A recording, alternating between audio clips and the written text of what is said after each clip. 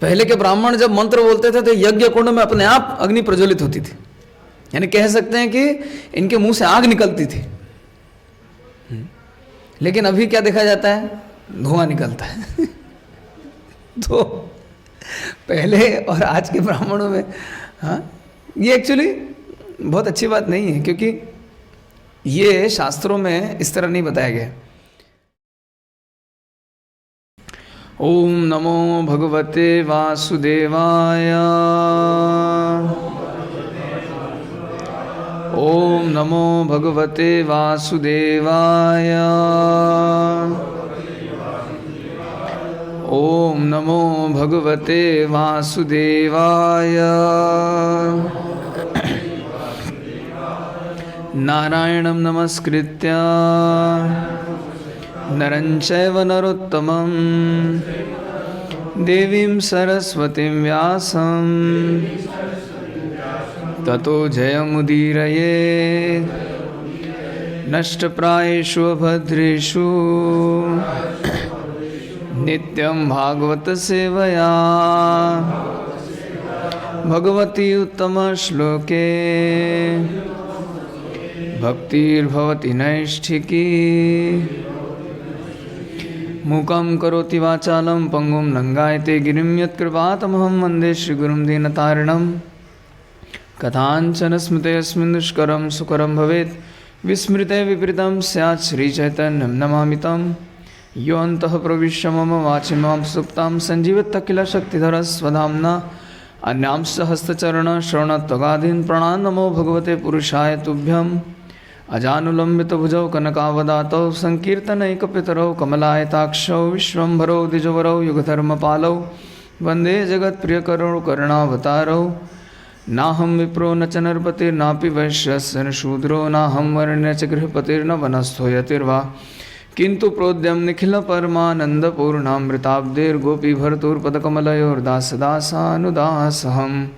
आराध्य भगवान् जेष्ठतनयस्तद्धाम वृन्दावनं रम्या काचिदोपासना वजबोधवर्गेणया कल्पिता।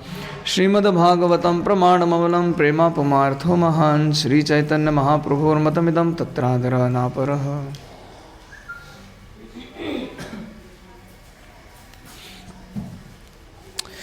ग्रंथराज श्रीमद् भागवतम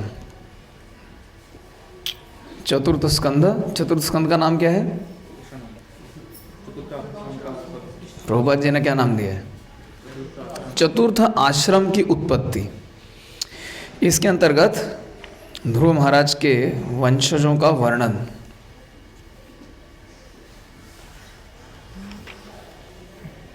आज हम लोग श्लोक संख्या 22 से एक साथ पाठ करेंगे।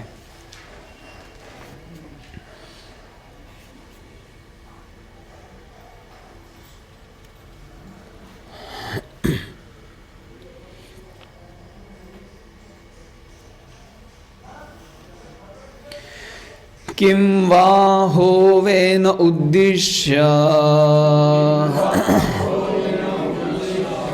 ब्रह्मदण्डम् अयुयुजन्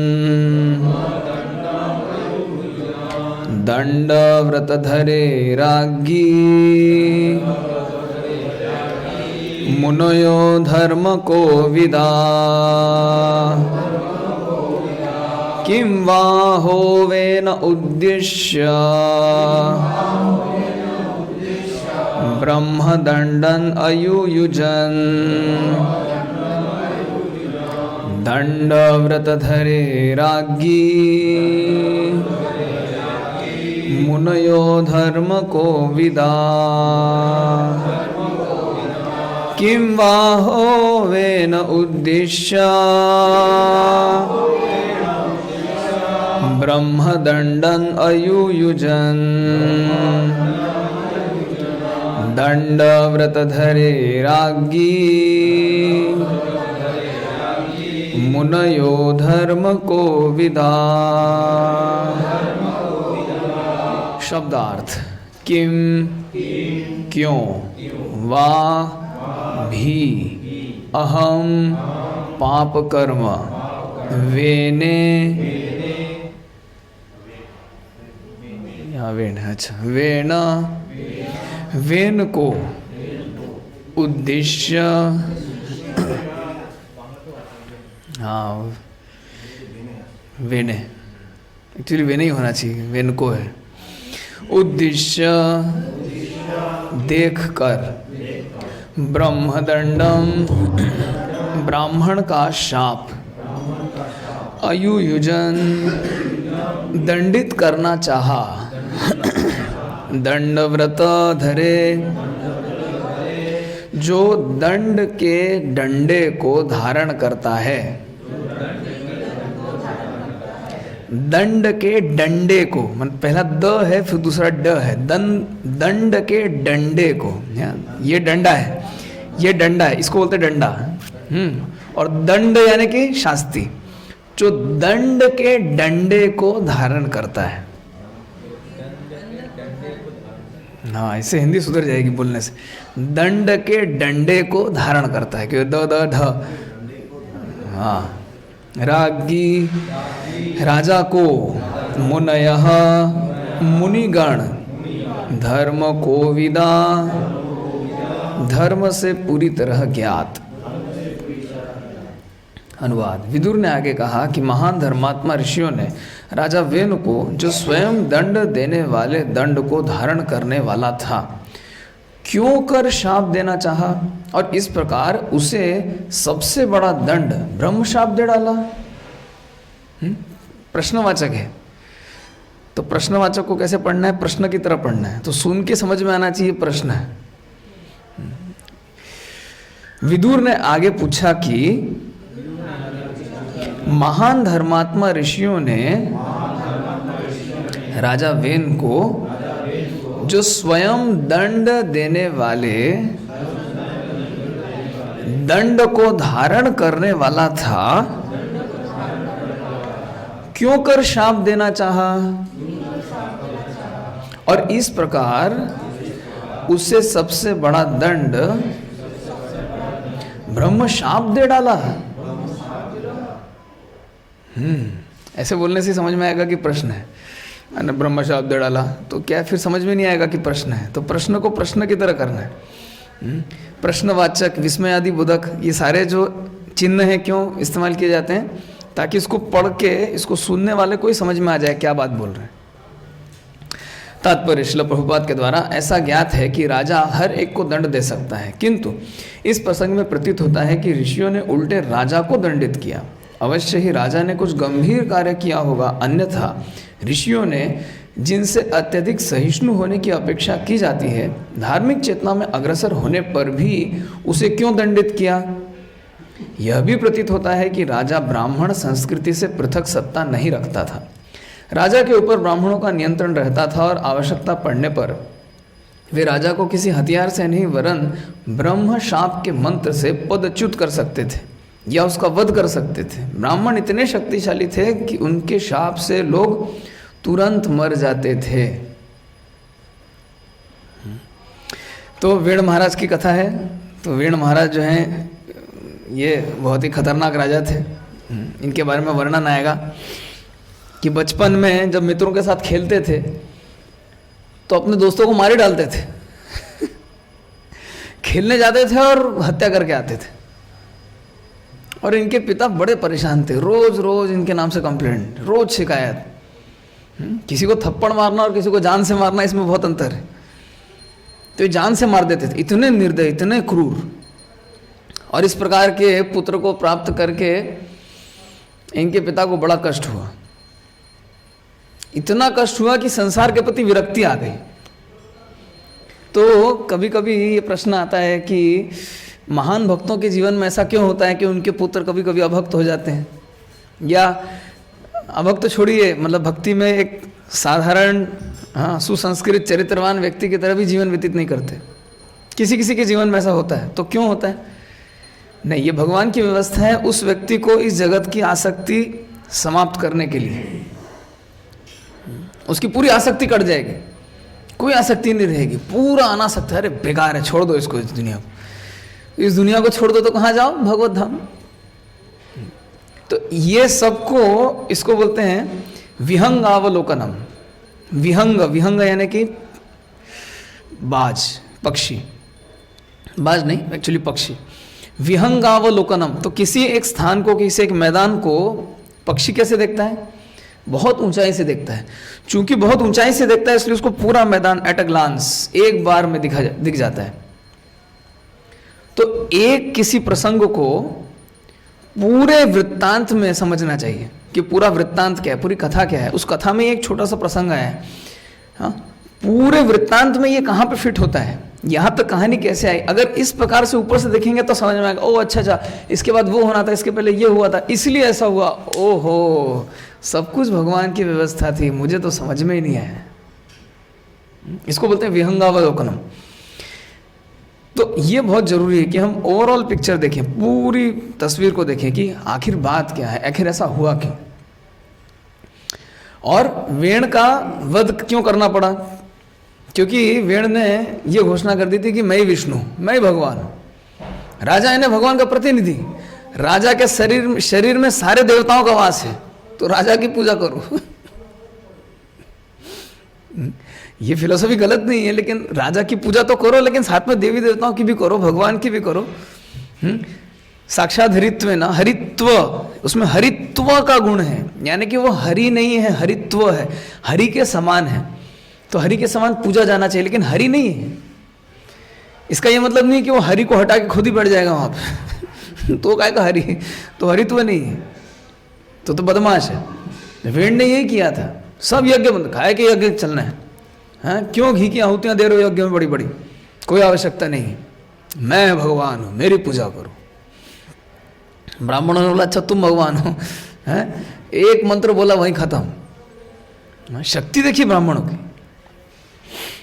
एक्चुअली ब्रह्म तेजस इसको बोलते हैं, ब्रह्म वर्चस्व, ब्रह्म तेजस। ऐसी शक्ति थी कि मंत्रों के प्रहार से मार डाला। पहले के ब्राह्मण जब मंत्र बोलते थे तो यज्ञ कुंड में अपने आप अग्नि प्रज्वलित होती थी, यानी कह सकते हैं कि इनके मुंह से आग निकलती थी। लेकिन अभी क्या देखा जाता है, धुआं निकलता है। तो पहले और आज के ब्राह्मणों में, हाँ, ये एक्चुअली बहुत अच्छी बात नहीं है, क्योंकि ये शास्त्रों में इस तरह नहीं बताया गया। शमो दमो तपः शौचक शांतिरार्जवम् एवच, ज्ञान विज्ञानम आस्तिक्यम ब्रह्म कर्म स्वभावजम। ब्राह्मणों के 9 गुणों के बारे में भगवत गीता में वर्णन आता है। तो इसमें एक है दम, दम यानी कि जो अपनी इंद्रियों को वश में करेगा वो ब्राह्मण है। दांत, दम। तो ये शिक्षणीय विषय है क्या, कि पहले की जो व्यवस्था थी, यद्यपि राजतंत्र था, यानी कि राजा पूरे व्यवस्था को संभाला करता था, गणतंत्र नहीं था। गणतंत्र यानी कि अभी जो चल रहा है, हाँ, मैंने प्रजा ही राजा है, of the people, by the people, for the people. ये अभी के समय में ठीक है, पूरे जगत की जो परिस्थिति है राजनीतिक और सामाजिक, उसके कारण अभी यही व्यवस्था चल रही है, तो इसको हम मना नहीं कर सकते।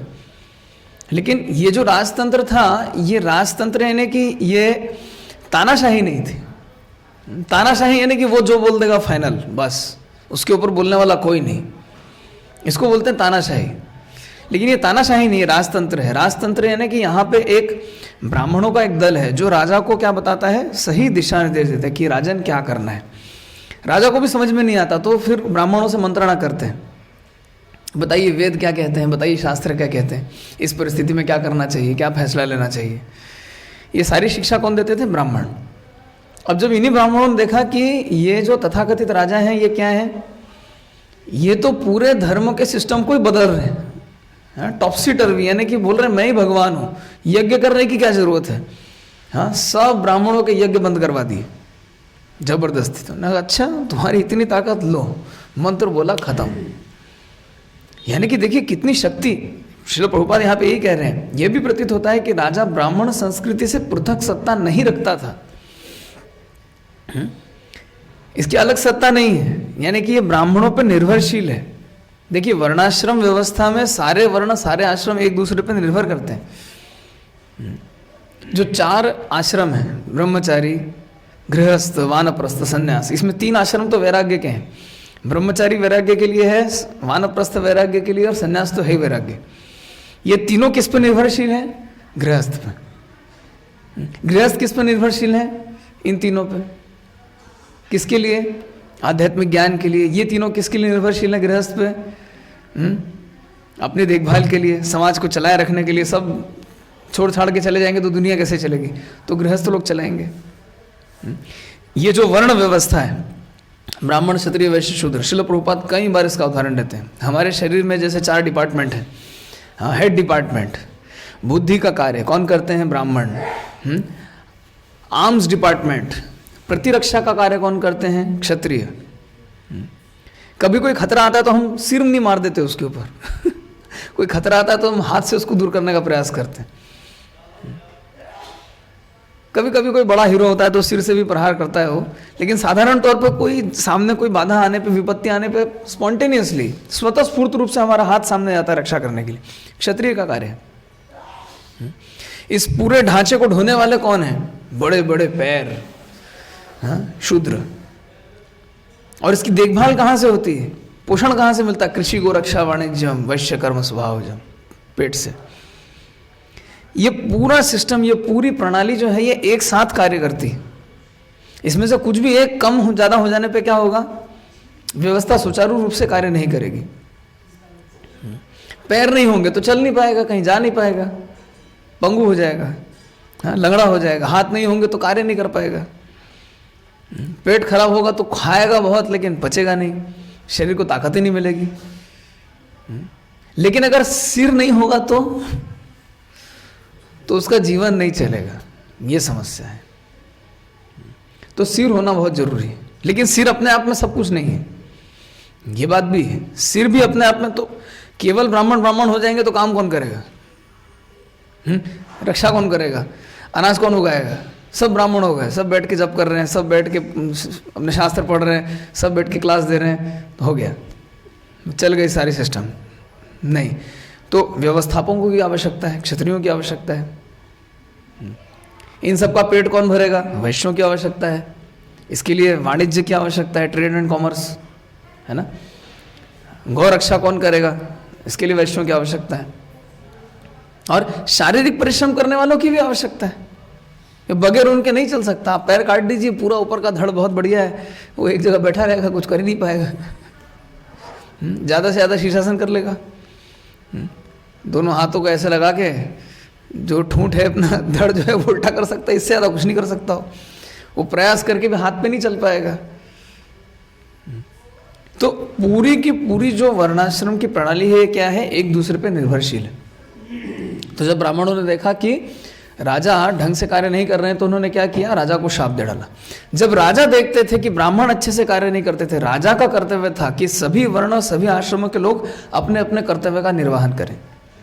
ये राजा का कर्तव्य था। तो इससे क्या हमको शिक्षा मिलती कि पूरी की पूरी ये जो वर्णाश्रम की प्रणाली है ये एक दूसरे पे निर्भरशील है। हाँ, जैसे कि ये ताना बाना बुन के कपड़ा बनता है। एक धागा ऐसे जाता है, फिर ऐसे जाता है, फिर ऐसे जाता है, फिर दूसरा ऐसा जाता है, ऐसा जाता है, ऐसा जाता है। ये पूरा एक नेटवर्क बनता है। ये पूरा एक दूसरे पर निर्भर करता है। इसी प्रकार से जो वर्णाश्रम है, समाज व्यवस्था, ये एक दूसरे पर निर्भरशील है। तो यहाँ पे इसी व्यवस्था को इन्होंने समाप्त करने का प्रयास किया।